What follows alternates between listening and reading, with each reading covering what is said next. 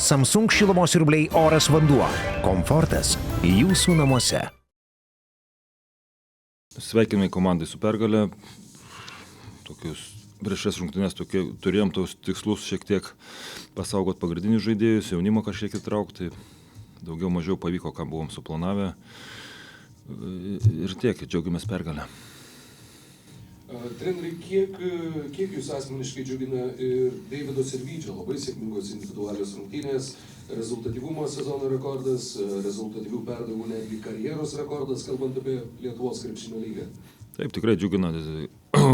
Smagu, kad Deivis nenuleidžia rankų, visą laiką įrodinėja, suprantu visą laiką jo situaciją, kad nėra ta pati geriausia, dabar paskutiniu metu dar šiek tiek sveikatos problemos kažkiek kamavo, taip kad tikrai smagu, kad jis šiandien davė didelį impulsą mums puolime ir sužiūrėtų tokias geras rungtynes, manau, čia bus tikrai geras impulsas.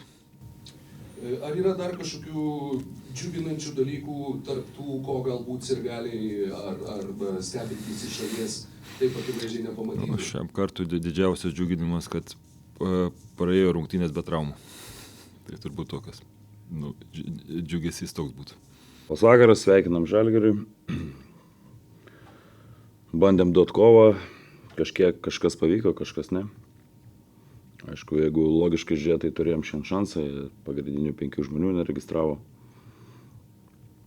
bet jo nepasinaudojom. Treneri, 49 komandos išmesti 2.13 išmestų 3, tokia nekasdieniška proporcija. Kiek tai buvo iš ankstinis rungtynių planas, kiek tai buvo prisitaikymas prie to, kaip gynyboje žaidė Žalgiris? Nesame tokie snaiperiai, bet tai diktavo Žalgirio gynybą ir teko žaisti daugiau 1-1. Dustinas Lyva po rungtynių trumpame interviu sakė, jog šita komanda, kalbėdamas apie jūsų treniruojamą komandą, patobulėjo labai stipriai, jie sugebėjo mums mesti rimtą iššūkį ir atidavė pagarbą būtent Jonavos ekipai. Kur jūsų akimis, jūsų matymu labiausiai jums pavyko patobulėti su komanda per šį sezoną? Taip, mes žinom savo vietą. Tai gaila, kad visi tokie atrodo, kad mes palaidoti, mes esam gyvi, nemirę, dirbam, stengiamės kažką dasipirkti, kažkur, ko mums reikia, šlifuojam, turėjom langą, dirbom. Skau dar pasikartosiu, visi tokie mus palaidoja, bet mes gyvi žmonės ir dar tikrai nepasiduodam niekur.